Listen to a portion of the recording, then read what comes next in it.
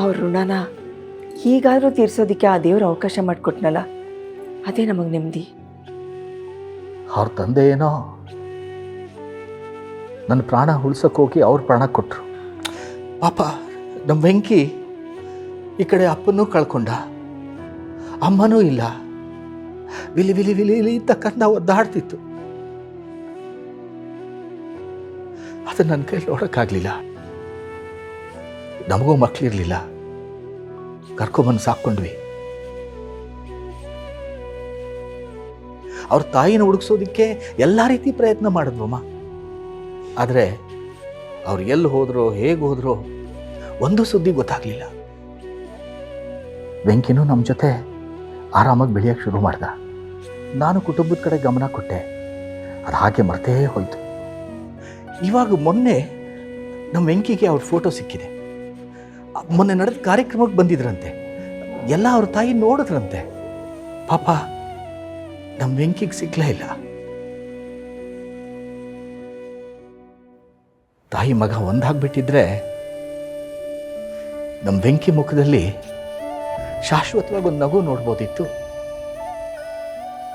ಏನೋ ಅದಕ್ಕಿನ್ನೂ ಕಾಲ ಕೂಡ ಬಂದಿಲ್ಲ ಅನ್ಸುತ್ತೆ. ಯೋಚನೆ ಮಾಡಬೇಡಪ್ಪ, ಒಳ್ಳೆಯವ್ರಿಗೆ ದೇವರು ಯಾವತ್ತೂ ಒಳ್ಳೇದು ಮಾಡ್ತಾನಂತೆ. ಆದಷ್ಟು ಬೇಗ ಅವ್ರಿಗೆ ಅವ್ರ ತಾಯಿ ಸಿಗ್ತಾರೆ. ಹೌದು ಜಾನು, ನಾವೆಲ್ಲರೂ ಅದನ್ನೇ ಬಯಸ್ತಾ ಇರೋದು. ತಂದೆ ತಾಯಿನ ಕಳ್ಕೊಂಡು ಬದುಕನ್ನು ನಡೆಸೋದು ಎಷ್ಟು ಕಷ್ಟನೋ, ಹಾಗೆ ಹೆತ್ತ ತಾಯಿ ಬದುಕಿದಾಳೆ ಅಂತ ಗೊತ್ತಿದ್ದು ಅವಳನ್ನು ನೋಡೋಕ್ಕಾಗದೇ ಇರೋದು ಅಷ್ಟೇ ಕಷ್ಟ. ಈ ನೋವನ್ನೆಲ್ಲ ನಮ್ಮ ವೆಂಕಿ ಹೇಗೆ ಸಹಿಸ್ಕೊಂಡಿದ್ದಾನೋ ಏನೋ, ಆದರೆ ಅವನು ಯಾವತ್ತೂ ತನ್ನ ನೋವನ್ನು ಇನ್ನೊಬ್ರಿಗೆ ತೋರಿಸ್ಕೊಂಡೇ ಇಲ್ಲ. ಯಾವಾಗಲೂ ನಗ್ನಗ್ತಾ ಇರ್ತಾನೆ. ನಮಗೆ ಕಷ್ಟ ಅಂದರೆ ಸಾಕು ಎಲ್ರಿಗಿಂತ ಮುಂದೆ ನಿಂತಿರ್ತಾನೆ. ಅಂತ ಮಗ ನಮ್ಮ ಹೊಟ್ಟೆಲ್ ಯಾಕೆ ಹುಟ್ಟಲಿಲ್ಲ ಅಂತ ಎಷ್ಟೋ ಸಲ ಅನ್ಸ್ಬಿಟ್ಟಿದೆ. ಅಮ್ಮ, ಹೊಟ್ಟೆಲಿ ಹುಟ್ಟಿಲ್ಲ ಅಂದರೆ ಏನಂತೆ? ಅವನು ಅದಕ್ಕಿಂತ ಹೆಚ್ಚಾಗಿಲ್ವಾ ನಮಗೆ? ನಾವೇ ನೋಡಲ್ವಾ ಈಗಿನ ಕಾಲದ ಮಕ್ಕಳು ಹೇಗಿರ್ತಾರೆ ಅಂತ?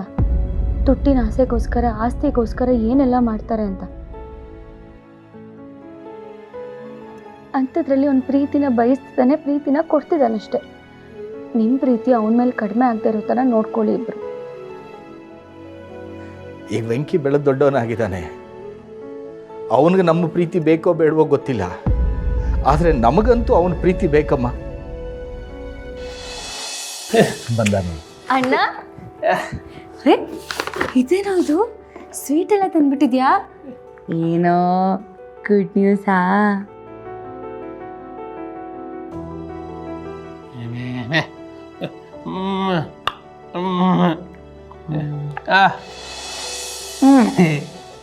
ನಂದು ಆಯ್ತಲ್ಲಪ್ಪ. ಬಾಯಿ ಹೇಗೋ ನೀನು ಸೆಟ್ಲ್ ಆಗಿದೆಯಲ್ವಾ? ಆದಷ್ಟು ಬೇಗ ಅಪ್ಪ ಅಮ್ಮಂಗೆ ಆಟ ಆಡ್ಸಕ್ಕೆ ಮಗು ಕೊಡು.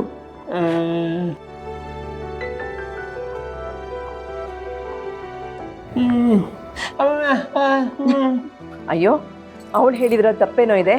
ಆದಷ್ಟು ಬೇಗ ಒಂದು ಮಗು ಕೊಟ್ಬಿಡು. ಕಳ್ಳ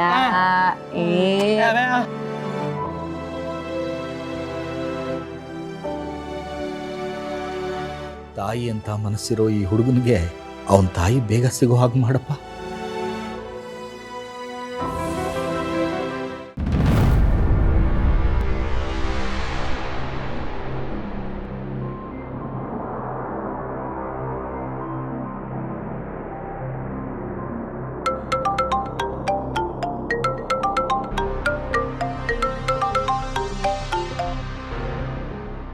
ಹೇಳಲಿಲ್ಲ ಅಣ್ಣ, ಎಷ್ಟು ಸಲ ಕಾಲ್ ಮಾಡ್ಬೇಕು ನಿನಗೆ?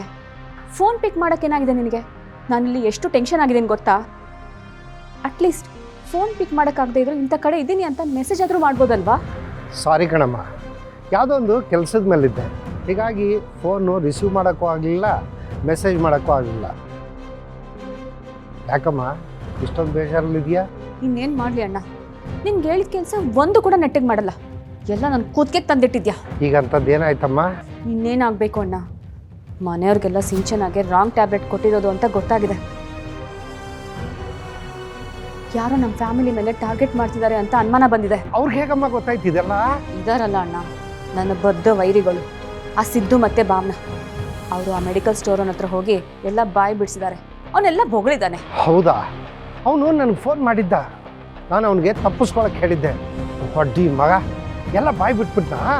ಅಯ್ಯೋ, ಅವನ್ನ ಈಗ ಬೈದು ಏನೂ ಪ್ರಯೋಜನ ಇಲ್ಲ ಅಣ್ಣ. ಈ ಭಾವನ ಸುಮ್ಮನೆ ಅಲ್ಲ, ಅವಳಿಗೊಂದ್ಸಲ ಅನುಮಾನ ಬಂದರೆ ಮುಗೀತು. ಕಣ್ಣಿಡಿಯೋವರೆಗೂ ಅವಳು ಸುಮ್ಮನೆ ಅಂತೂ ಬಿಡಲ್ಲ. ನಿನ್ನ ಅದೃಷ್ಟ ಅಂದರೆ ಅವ್ರು ಯಾರು ನಿನ್ನ ನೋಡಿಲ್ಲ. ಅದಕ್ಕೆ ಸ್ವಲ್ಪ ದಿನ ಇಲ್ಲೆಲ್ಲೂ ಕಾಣಿಸ್ಕೋಬೇಡ, ಎಲ್ಲಾದ್ರೂ ದೂರ ಹೊಟ್ಟೋಗು.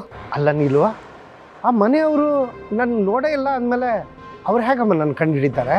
ಅಯ್ಯೋ, ನಾನು ಹೇಳಿದ್ನಲ್ಲ ಅಣ್ಣ, ಆ ಭಾವನ ಸರಿ ಇಲ್ಲ ಅಂತ. ನೀನು ಇಲ್ಲಿ ಬಿಲ್ದೊಳಗೆ ತೂರ್ಕೊಂಡ್ರು ಅವಳು ಬುದ್ಧಿ ಉಪಯೋಗಿಸಿ ನಿನ್ನ ಕಂಡು ಹಿಡಿತಾಳೆ. ಅದಕ್ಕೆ ಆ ಸಿದ್ದು ಸಪೋರ್ಟ್ ಬೇರೆ. ಇಲ್ಲಿವರೆಗೂ ನೀನು ಯಾರು ಅಂತ ಗೊತ್ತಿಲ್ಲದೆ ಇರೋದ್ರಿಂದ ನಮ್ಮನೇಲಿ ನನ್ನ ಮೇಲೂ ಅನುಮಾನ ಬಂದಿಲ್ಲ. ನೀನೇನಾದರೂ ಸಿಕ್ಕಾಕೊಂಡ್ಬಿಟ್ರೆ ನಾನು ಸಿಕ್ಕಾಕೊಳ್ತೀನಿ. ನನ್ನ ದ್ವೇಷ ಕೂಡ ಮಣ್ಣು ಪಾಲಾಗೋಗುತ್ತೆ. ಅದಕ್ಕೆ ಅಣ್ಣ, ಇದೆಲ್ಲೂ ಜಾಸ್ತಿ ಓಡಾಡಬೇಡ, ಎಲ್ಲಾದರೂ ಸೇಫ್ ಆಗಿರೋ ಜಾಗಕ್ಕೆ ಹೊರಟೋಗ್ಬಿಡು ಪ್ಲೀಸ್. ಸರಿ ಬಿಡಮ್ಮ, ಅವ್ರ ಕಣ್ಣಿಗೆ ಕಾಣಿಸ್ದೇ ಇರೋ ಜಾಗದಲ್ಲಿ ಇರ್ತೀನಿ. ಅವ್ರು ತಿಪ್ಪರ್ಲಾಗ ಹಾಕಿದ್ರು ನನ್ನ ಕಂಡು ಹಿಡಿಯೋಕ್ಕಾಗಬಾರ್ದು. ಸರಿ ಅಣ್ಣ, ಹಾಗೆ ಮಾಡು. Take care. ಸರಿ ಅಮ್ಮ, ಮತ್ತೆ ಫೋನ್ ಮಾಡ್ತೀನಿ.